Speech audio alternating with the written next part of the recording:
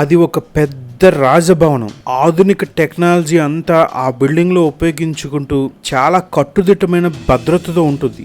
కానీ రాత్రి అయితే మాత్రం ఆ బిల్డింగ్లో భయంకరమైన శబ్దాలు, కొన్నిసార్లు దెయ్యాల భూతాలు కూడా కనిపిస్తున్నాయంట. అది ఎవరో భయపడుతూ చెప్పిన సామాన్యమైన ప్రజల యొక్క మాటలు అనుకుంటే నమ్మకపోవచ్చు. కానీ ఈ విషయాలను చెప్తుంది సామాన్య మానవుడు కాదు, ఒక దేశానికే అధ్యక్షుడు. ఇతనే ఆ బ్రెజిల్ ప్రెసిడెంట్. ఇతని పేరు మైకేల్ టెమెర్. ఆల్వరాడో ప్యాలెస్ అనేది అతని యొక్క రాజభవనం. అంటే అమెరికా అధ్యక్షుడికి వైట్ హౌస్ ఎలాగో బ్రెజిల్ అధ్యక్షుడికి ఈ బిల్డింగ్ అలాంటిది. కాకపోతే కొన్నాళ్ళుగా ఈ బిల్డింగ్లో ఏవో వింత శబ్దాలు వినిపిస్తూ ఈ ప్రెసిడెంట్కి అతని కుటుంబ సభ్యులకు రాత్రులు నిద్ర లేకుండా దడపుట్టిస్తున్నాయంట. ఇతని వయస్సు 76 సంవత్సరాలు. అతనికి ఒక అందమైన భార్య కూడా ఉంది. ఆమె వయసు మాత్రం కేవలం 33 సంవత్సరాలే. ఆమె మాజీ బ్యూటీ క్వీన్ కూడా. వీళ్ళిద్దరికి కలిపి 7 సంవత్సరాల వయసున్న ఒక కొడుకు కూడా ఉన్నాడు. ఈ కొడుకు పేరు మిషెల్ జిన్హో. వీళ్ళ ముగ్గురు కలిసి అధికారికంగా ఆ బ్రెజిల్ అధ్యక్షునికి ఇచ్చే ఆల్వరాడో ప్యాలెస్ లోనే ఉన్నారు. ఆ బిల్డింగ్ లోనే నివాసం ఉంటున్నారు. రాత్రి అయితే చాలు, ఒకరిని ఒకరు విడిచిపెట్టకుండా ఆ బిల్డింగ్ లో ఒక రూమ్ నుంచి ఒక రూమ్ కి వెళ్లాలన్నా, నైట్ డిన్నర్ చేయాలన్నా ఈ ముగ్గురు కలిసే ఉంటున్నారట.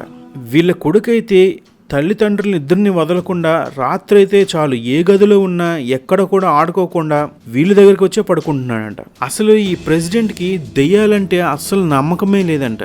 కానీ ఏదో దుష్టశక్తి తన ఆవహిస్తున్నట్టు, తనని బాధ పెడుతున్నట్టు కొన్ని రోజుల నుంచి గమనిస్తున్నాడంట. మొదట్లో ఇతని భార్య కూడా అస్సలు పట్టించుకోలేదంట. కానీ ఏదో నీడలా ఎవరో తనను వెంటాడుతున్నట్టు కనిపిస్తుందని ఈ ప్రెసిడెంట్ చెప్పడం వల్ల బ్లాక్ మ్యాజిక్స్ ఎక్కువగా చేసే వాళ్ళని ఆ బిల్డింగ్ కి రప్పించి ఎన్నో మంత్రాలు, పూజలు కూడా చేయించారంట. అయినా ఇప్పటికీ కూడా ఆ దెయ్యాల యొక్క బాధ ఆ అధ్యక్షుడికి వదలలేదంట. నైట్ అయితే ఆ ప్యాలెస్ లో ఏవో అలికిడ్లు, శబ్దాలు, అరుపులు ఇప్పటికీ వినిపిస్తూనే ఉన్నాయంట. దాంతో ఆ బ్రెజిల్ యొక్క అధ్యక్షుడు ప్రజల యొక్క సమస్యలను వదిలి తన యొక్క సమస్యని ముందుగా తగ్గించుకోవాలని చూస్తున్నాడు. ఈ విధంగా ఎవరు కూడా వాళ్ళకి సహాయం చేయకపోవడం వల్ల ఆ అధ్యక్షుడు గవర్నమెంట్ ప్రొవైడ్ చేసిన ఆ ప్యాలెస్ ని వదిలి వేరొక బిల్డింగ్ కి వెళ్ళిపోయారంట. ఈ ఆల్వరాడో ప్యాలెస్ ఆ దేశంలో ఎంతో సుందరమైన ఒక ద్వీపకల్పంలో ఉంది. మనం ఆ ప్యాలెస్ లో ఉంటే ప్రకృతిలో ఉండేటట్లే ఉంటుంది. ప్రపంచంలో ఎన్నో దేశాల యొక్క అధినేతలు కూడా ఈ ప్యాలెస్ లో ఒక్కరోజైనా గడపడానికి ఎంతో ఉత్సాహంగా ఉంటారు. ఎందుకంటే ఈ బిల్డింగ్ కి ముందు కనుచూపు మేరలో ఎక్కడ చూసినా మీకు నీరే కనిపిస్తుంది. చుట్టువైపులా చెట్లు, పొలాలతో ఎంతో ఆహ్లాదంగా ఉంటుంది. ఈ ప్యాలెస్ ని యాక్చువల్ గా 1957లో ఆస్కార్ నీమియర్ అనే వాస్తు శిల్పి గాలి, వెలుతురు చక్కగా వచ్చేటట్లు ఆ రోజుల్లో డిజైన్ చేశాడంట.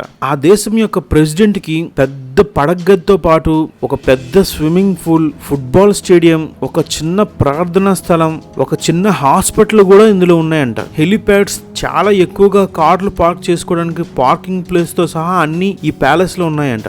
ఇటువంటి అన్ని సదుపాయాలను కూడా ఆ ప్రెసిడెంట్ ఆ దెయ్యాల వల్ల భయపడి ఆ ప్యాలెస్ ని వదిలి అక్కడికి దూరంగా ఉండే జబురు అనే ఇంకొక ప్యాలెస్ కి ఈ అధ్యక్షుడు తన కుటుంబంతో పాటు వెళ్ళిపోయాడంట. యాక్చువల్ గా ఈ ప్రెసిడెంట్ ఇప్పుడు వెళ్ళిన ఆ జబురు అనే ప్యాలెస్ లో బ్రెజిల్ వైస్ ప్రెసిడెంట్ ఉంటాడు.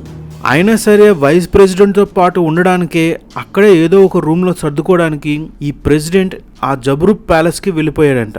చూసారా, ఈ రోజుల్లో చాలా మంది దెయ్యాలకి, భూతాలకి భయపడకుండా ఉన్నారు. కానీ ఈ రోజుల్లో కూడా ఒక దేశ అధ్యక్షుడు దెయ్యాలకు భయపడుతున్నాడంటే ఆ బిల్డింగ్ లో నిజంగా ఏదో ఒకటి ఉండే ఉంటుందని ఆ చుట్టుపక్కల ఉండే వాళ్ళు మాట్లాడుకుంటూ ఉన్నారంట.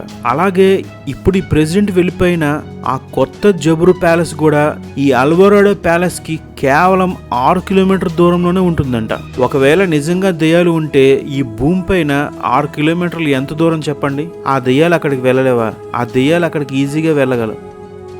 ఈ వీడియో మీకు నచ్చినట్లయితే నా వీడియోని షేర్ చేయండి లేదా లైక్ చేయండి.